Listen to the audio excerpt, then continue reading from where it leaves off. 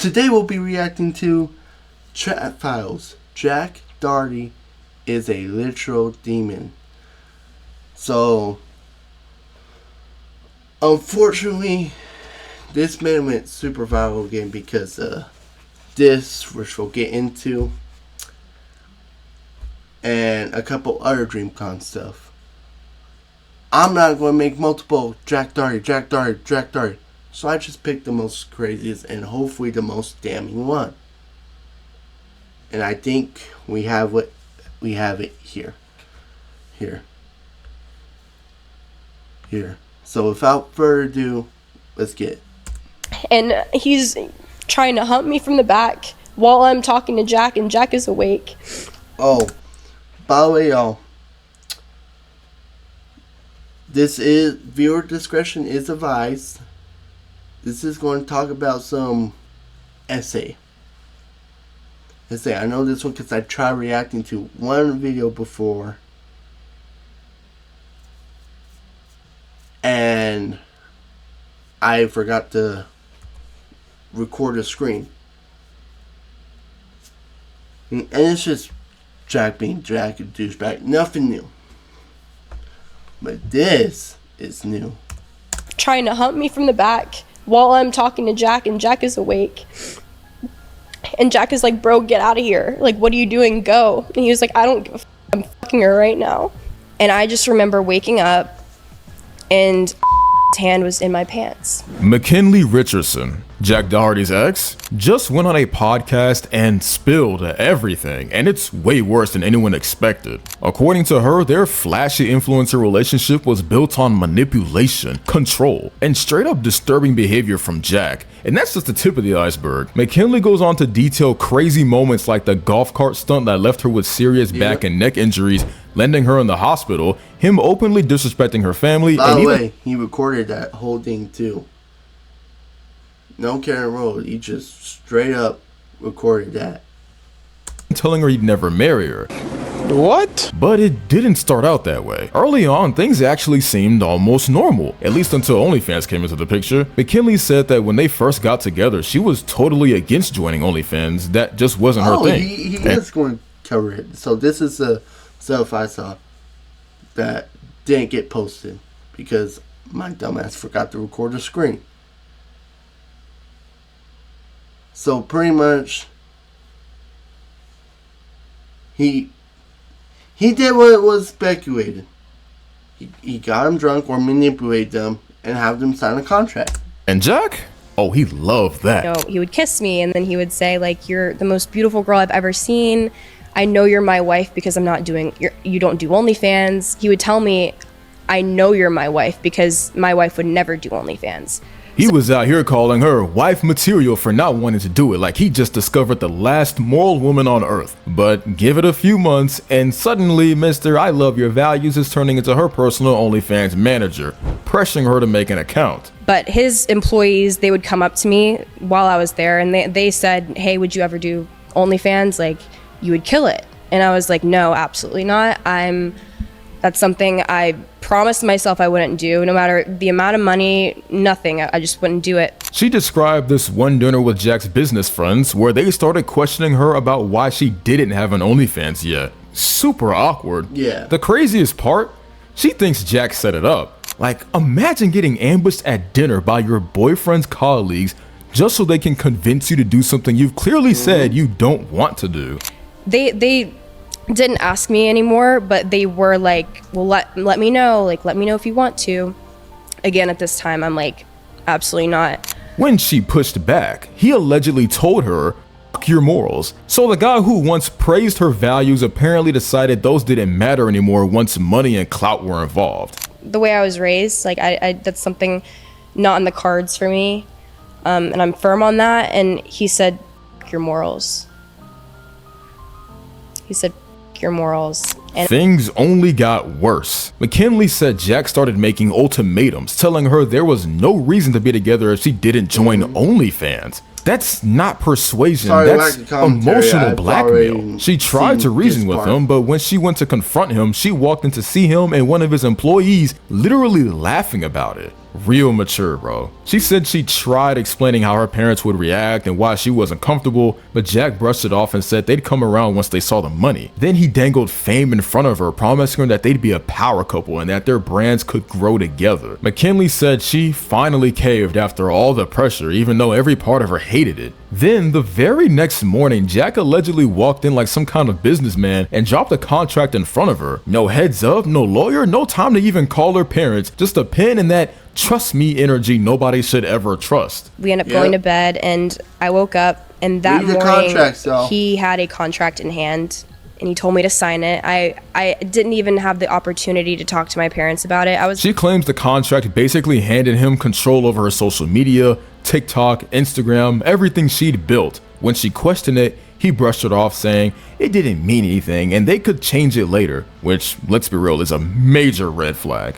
Once she signed, he reportedly told her, "You're now Jack Dye's girlfriend." That's not a title, that's a warning label. McKinley says this contract also tied her only earnings to him, meaning he took most of the money while she got the scraps. So yeah, while she was supposed to be the girlfriend, it sounds like she was also the unpaid employee of his brand. If you've ever seen Jack's videos, you know the guy lives for clicks. But according to McKinley, that obsession went too far. She said he prioritized content over her safety, like during a golf cart stunt where the thing literally flipped and injured her back and neck. She claims it wasn't even an accident, it was done on purpose for content. And instead of taking her injury seriously, Jack just kept filming. Later, he surprised her with another golf cart as a gift. Nothing says romance like replacing the vehicle that almost hospitalized your girlfriend. Most beautiful girl in this hospital right now, right? Yeah. Yeah. My lower back is in a lot of pain. Like, I tried to lay down, but if you pad on it, it's just getting worse. And it definitely hurts more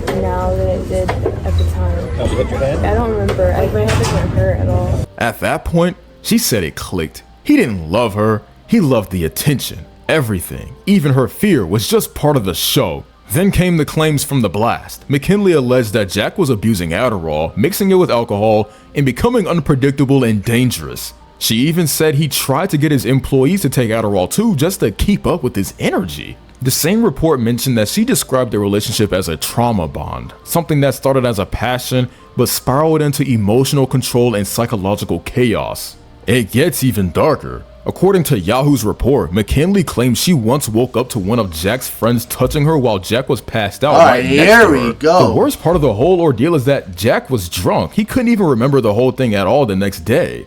We end up going to bed, and I just remember waking up, and his hand was in my pants. I was in the middle of him and Jack. In part 2 of the podcast, McKinley really opens up, talking about how things with Jack Doherty went from bad to straight up toxic, and what finally made her say, "I'm done." Now, let's get to the... Alright, YouTube, we back. We got some food, so... let's get right back into this. their so-called wedding. Because honestly, it summed up everything wrong with their relationship in one event. It wasn't about love or commitment, it was about content. Jack convinced her to go through a fake wedding just to stream it, which is already questionable whether your relationship is barely holding together. But the way he behaved during it? Absolutely humiliating. This guy can't be serious. Do you both promise to love one another, always tell the truth, cherish each other forever and ever? I do. While McKinley's standing there in a wedding dress, he's out here making jokes about cheating and saying stuff like, "I already want a divorce." Like, dude, maybe hold off on being a walking red flag for one day. He even hung up on her right before the ceremony because she refused to roll him a blunt. You're about to fake marry someone and your biggest issue is who's rolling the weed? Be fucking for real, bro. He kept calling her the blunt roller like that was her whole identity. The disrespect wasn't even subtle, it was bold, public, and constant. McKinley said that car ride to the wedding was when it really hit her how bad things had gotten. He was cold, dismissive, already talking about divorcing her all over something as petty as a blunt. McKinley's parents came to this fake wedding thinking it was something lighthearted and supportive, but Jack couldn't even muster the bare minimum of basic respect. He barely acknowledged them, acted cold, and at one point read out these mock vows in front of her dad. And he just is saying, "I'm gonna fuck you right now." And I woke him up, and Jack woke up and he was like, I was like, get him out of here. Like, I don't know what to do. And he's trying to hunt me from the back while I'm talking to Jack, and Jack is awake. And Jack is like, bro, get out of here. Like, what are you doing? Go. And he was like, I don't give a fuck. I'm fucking her right now. And I was just shaking. I was crying. I was in shock. And he just gets up and leaves the room. And I stayed awake that whole entire night. Like, and Jack went to bed. And I just was like, there's no way that happened to me right now. Like, I don't know what to do. And these vows weren't funny. They were humiliating, full of controlling language like financial penalties and rules about what she could or couldn't do. He didn't even let her read them beforehand, so she's standing there in front of her parents, blindsided while he's making fun of her in front of an audience. Were they there. so they made it clear that they managed these girls, or they They did not. After the fake wedding, things spiraled. She'd been hungry all day, asked for help, and he called her lazy and useless. And then in an elevator, he told her flat out, "This is why I'd never marry you." Imagine hearing that in your wedding dress after hours of trying to hold yourself together for a guy who's treating you like a prop. See, this is why I would never marry you.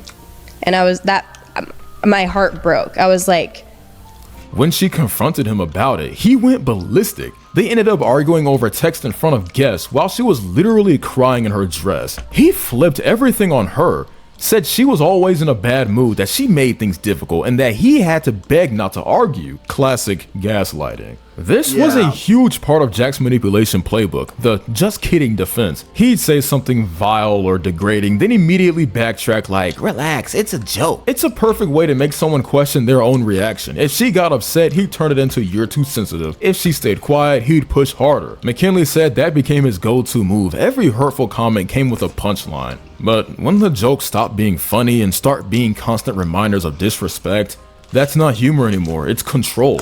That night, it escalated again. Jack lost his temper, face red, yelling, calling her awful names. He just sat there, completely silent, because at that point, anything she said would be twisted against her. Then it got physical. He grabbed her arms, pulled her onto his lap when she tried to leave, and wouldn't let her go. he grabbed me by my arms, he sat me down on the bed, made me sit on his lap. I was trying to get away from him. I was like, get away from me. Like, you just said this to me, and now you're saying, baby, I'm sorry. Like, she told him she was scared, that she wanted out. And right then, there was a knock at the door. Security had heard the yelling. For a split second, you'd think he'd calm down, and he did, but only because he was terrified of getting caught. The guard asked her if she felt safe. She couldn't even answer.